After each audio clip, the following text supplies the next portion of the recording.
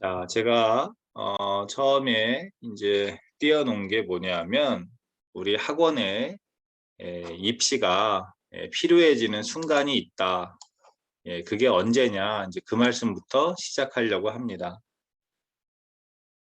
저도 뭐 학원을 여러분처럼 운영한 건 아니지만 그래도 자기 주도 학습 관리하는 학원을 2개를 운영을 해봐서 학원에서 성적을 올리는 것이 얼마나 중요한지, 그게 가장 원생을 유지하고 또 원생을 확보하는 데 중요하다는 걸 저도 알고 있습니다.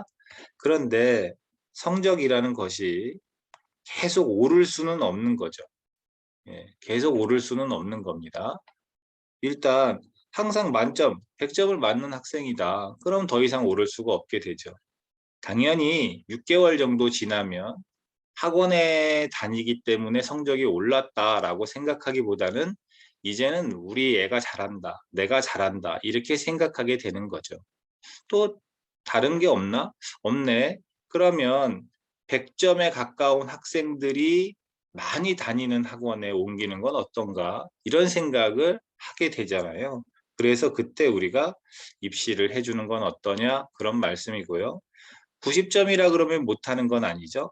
90점인데 항상 90점이에요. 정체되어 있다 이 말이에요. 그때도 옮기고 싶죠, 학원을.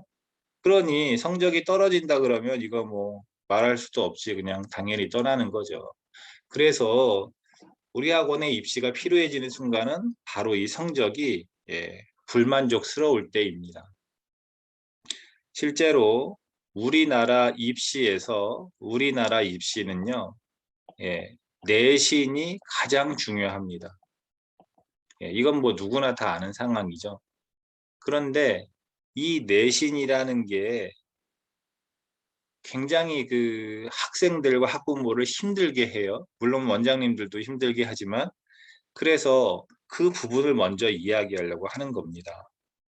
우리가 뭐 스카이 정도는 아니어도 최소한 인서울 정도는 해야 되겠어, 이렇게 이야기하잖아요. 그게 사실인지 아닌지 간에 고등학교 내신 성적으로 3등급이 넘어가면 인서울이 안 돼, 이렇게 우리는 알고 있고 또 이야기를 합니다. 그렇죠? 그러니까 내신 성적으로 내가 목표 대학이 인서울인데 내신이 벌써 3등급이 넘어서 나는 갈 수가 없어, 그런 상황이 되었어요. 그럴 때 그 아이랑 그 엄마한테 무슨 이야기를 해줄 수 있을까요?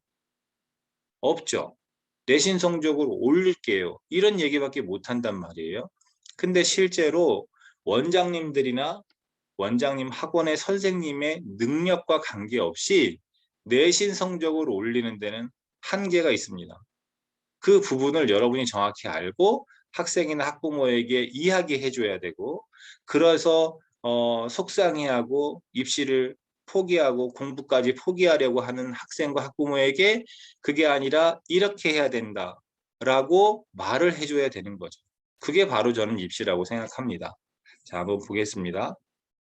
여러분 다 아시다시피 뭐 초등학교는 시험이 없으니까 빼고 중학교까지 이렇게 보면 시험을 보겠죠. 2, 3학년 때. 요즘 뭐 제가 들어보니까 대구인가 여기서는 중학교 1학년도 시험을 본다라고는 해요.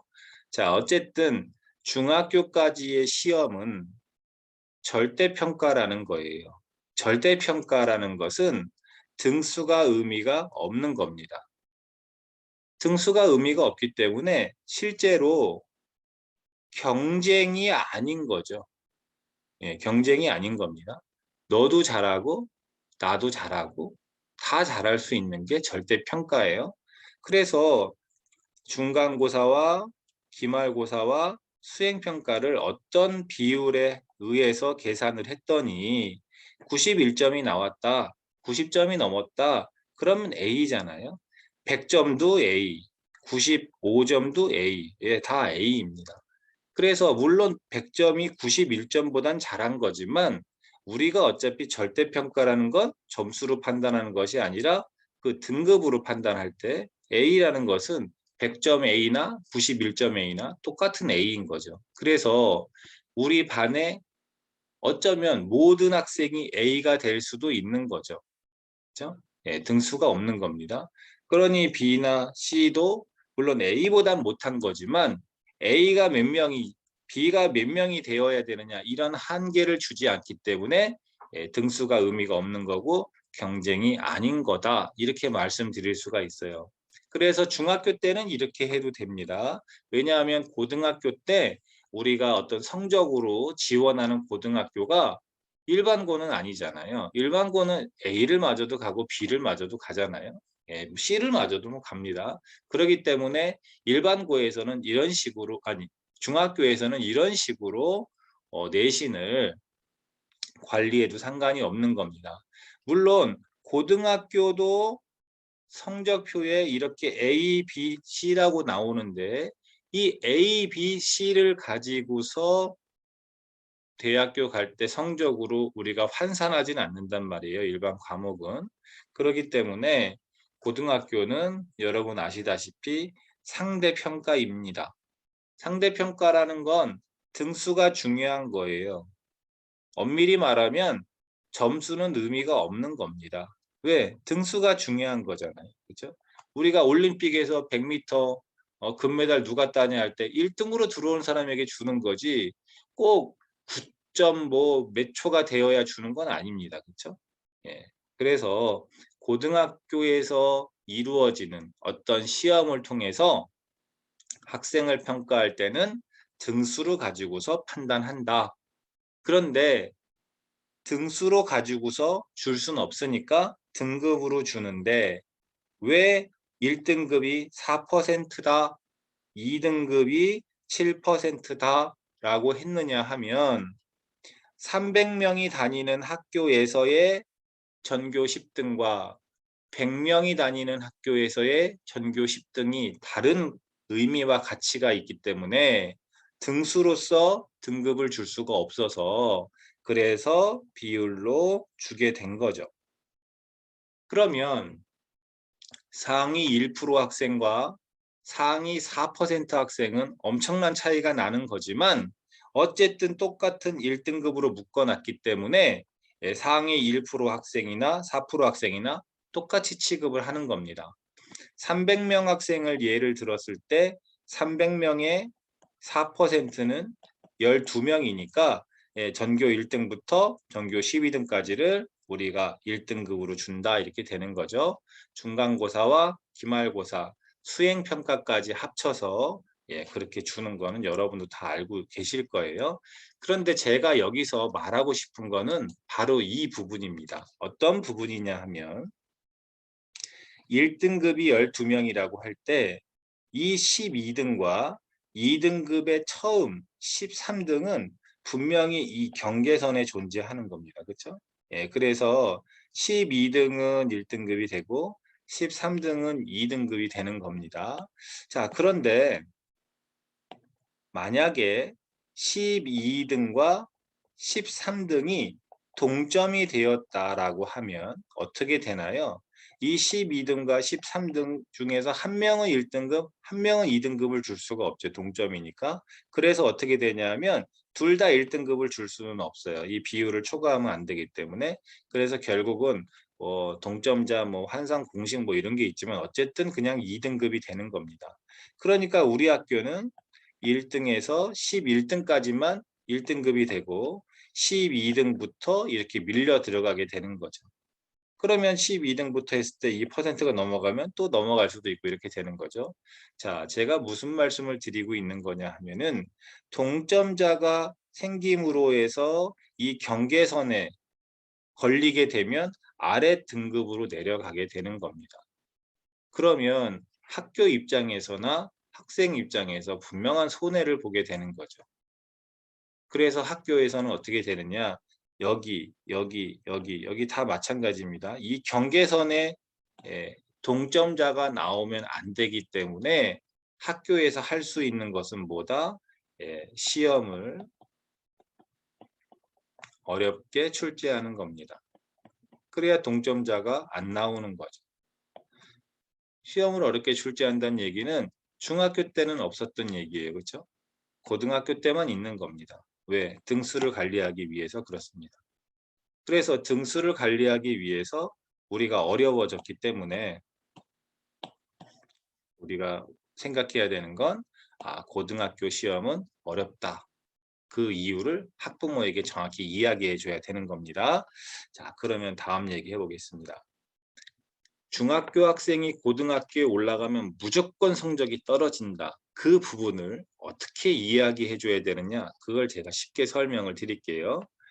중학교에서 고등학교로 가면 성적이 떨어지는 걸 설명할 때 이렇게 설명하면 좋습니다. 우리 동네에 중학교가 딱 한 개 있어요. 거기 100명이 다닙니다. 그리고 우리 동네에 고등학교 한 개가 있어서 딱 100명이 다닌다. 네. 그래서 중학교 학생이 모두 이 고등학교로 간다 이렇게 가정을 해볼게요.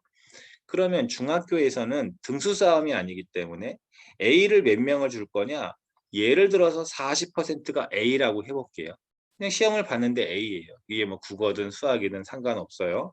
그래서 100명에서 40%니까 40명이 A를 받은 거예요.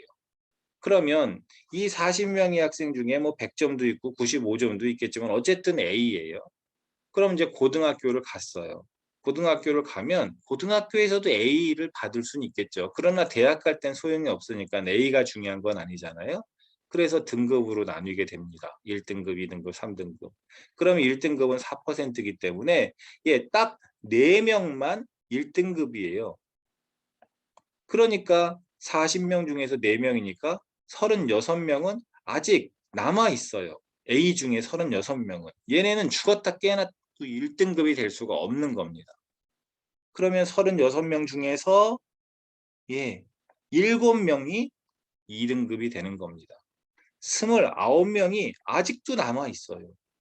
똑같은 A였는데 29명은 2등급조차도 될 수가 없는 겁니다. 그러면 얘네 중에서도 12명만 3등급이에요. 아직도 17명 남았죠. 얘네가 그냥 다 4등급입니다. 4등급이 17%이기 때문에. 그래서 중학교 때 똑같은 A여도 고등학교 올라가게 되면 1등급부터 4등급까지 나눠서 배정이 될 수밖에 없는 거예요. 등급상으로. 그럼 퍼센트로 보면 4%고 7, 12, 17 그러니까 A의 상당수는 3등급이거나 4등급이 되는 거죠. 30명을 기준에 봐도 우리 반 1등만 1등급, 2, 3등이 2등급 이렇게 되는 거예요. 이 4등부터는 3등급으로 깔리는 겁니다. 제가 가장 처음에 말씀드렸듯이 인서울이 되게 어려운 그런 학생이다 이런 뜻이에요. 자, 이제 요 이해되셨죠? 지금 B랑 그 C 이런 애들은 지금 얘기도 안 한 겁니다. 얘네는 무조건 밑으로 깔리는 거예요. 이런 상황이라면 5등급부터 깔리는 거겠죠. 그렇죠? 만약에 역전한다고 해도 이 B가 몇 등급까지 올라가겠어요? 잘해야 3등급이거나 4등급이겠죠. 그렇죠? 예. 자, 좀 더 현실적인 얘기 해보겠습니다. 중학교에는요. 보통 A를 30% 정도 줍니다. 현실적으로. 꼭 정해놓은 건 아니지만 보통 짜게 주면 뭐 25%, 많이 주면 40% 이렇게 줍니다. 어떤 과목에 대해서. 또는 어떤 중학교들은 뭐 이렇게 30%는 평균적으로 주는 편이에요. 그러니까 100명에 30%면 30명이라고 할 때 4명만 1등급, 그 다음에 26명 남았을 때 7명, 그러면 19명 남았을 때 12명, 7명 남았을 때 얘가 4등급 이렇게 된다 이 말이에요. 그러니까 이게 가장 현실적인 이야기입니다. 고등학교 1학년 내신이 가장 중요하다고 생각하시죠? 여러분도 그렇죠? 예, 고등학교 1학년 내신을 망치면 고2, 고3 때 잘한다고 하더라도 성적을 올릴 수가 없어요. 우리가 전과자에게 그냥 그 전과자 낙인을 찍어준 것처럼 1학년 내신이 안 좋으면 이게 뭐 방법이 없어요. 그래서 고1 내신이 중요한데 고등학교 1학년을 가르치는 학원 원장님들 분명히 아실 거예요. 아무리 열심히 가르쳐도요. 고등학교 입학 전에 즉 중학교 때 얼마나 준비를 많이 했느냐에 따라서 그냥 성적이 결정이 나 있는 거나 마찬가지예요. 고등학교 들어가서 성적을 역전한다? 어떤 한 과목은 역전할 수 있지만 전체적으로는 역전하기가 어렵습니다. 그래서 결국 어떻게 될까요? 아, 나는 내신 성적으로 내가 원하는 대학을 갈 수 없어 라고 느끼는 학생이 생길 수밖에 없는 구조입니다. 1등급이 4%, 2등급까지 11%, 여기까지 만족한다고 칠게요, 그냥. 그러면 89%의 학생은 내신에 불만족스럽다는 이야기죠. 89%가 뭐예요? 10중 8구란 이야기입니다. 10중 8구는 자기 내신에 불만족하게 되는 것이 고등학교 내신 성적이에요. 우리가 그런 애들에게 어떻게 해줘야 될까? 그 이유를 알아야 된다는 거죠. 자, 그래서 말씀드리겠습니다.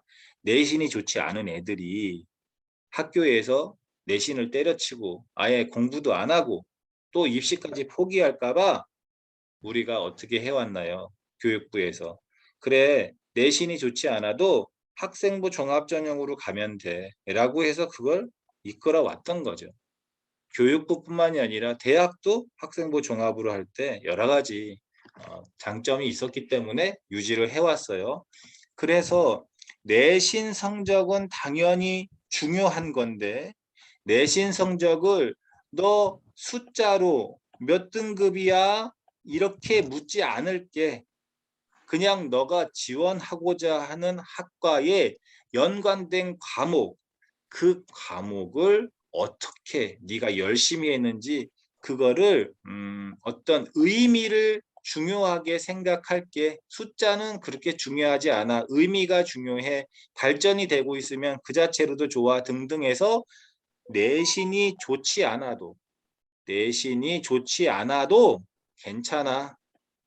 지원해, 준비해 이렇게 이끌어 왔던 거예요. 그래서 비교과 활동이라는 것에서 상도 많이 받으면 좋아라고 했다가 뭐 요즘도 또 조국식 또 이렇게 나오지만 어쨌든 상도 학기당 하나로 줄였어요. 그게 올해 고3입니다. 그 다음에 봉사 중요한데 코로나 때문에 한 애가 없어요. 그 다음에 자율 동아리 1년에 한 개씩은 써라고 했는데 코로나 때문에 뭐 못한 경우도 있고 잘한 애들도 있고 그래요. 어쨌든 자율 동아리는 중요하겠죠. 그 다음에 책 열심히 읽어. 이런 거 좋다 이거예요. 그 다음에 임원 활동은 인기 있는 거라서 안 되고 공식 동아리는 우리 학교에 존재할 수도 있고 존재할 수도 없는데 어쨌든 동아리라서 별로 없었어요. 이것도 마찬가지지만 진로도 학교에 있는 프로그램만 기록이 되니까 별로고요. 이거는 행특이라 그래서 담임 선생님이 1년 끝나고 덕담식으로 적어주니까 의미가 없어요. 다 잘 적어주니까. 그 다음에 과제 탐구가 들어가는 세특, 전 과목 세특 이게 중요했단 말이에요. 그래서 거기에 자기소개서까지 써가지고 내신이 좋지 않아도 오케이 합격할 수 있었단 말이에요. 어쨌든 간에 떨어진 애들이 더 많지만 합격할 수 있었단 말입니다. 근데 당장 고등학교 2학년부터 자소서가 없어져요. 그 다음에 상, 개인 봉사, 그러니까 학교 밖에서의 봉사, 자율동아리 독서 다 반영 안 합니다. 반영되는 게 여기에요.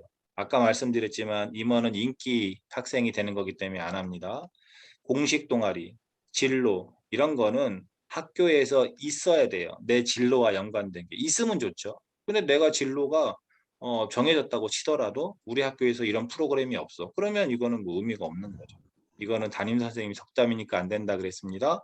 결국 세특 하나만 살아남는 거예요. 그러니 내신이 좋지 않은데 세특을 잘 적어줄 수도 없고 설령 세특을 잘 적어준다고 쳐도 내신이 안 좋은 일반고 학생이 세특 못하고 얘를 뽑아줘요?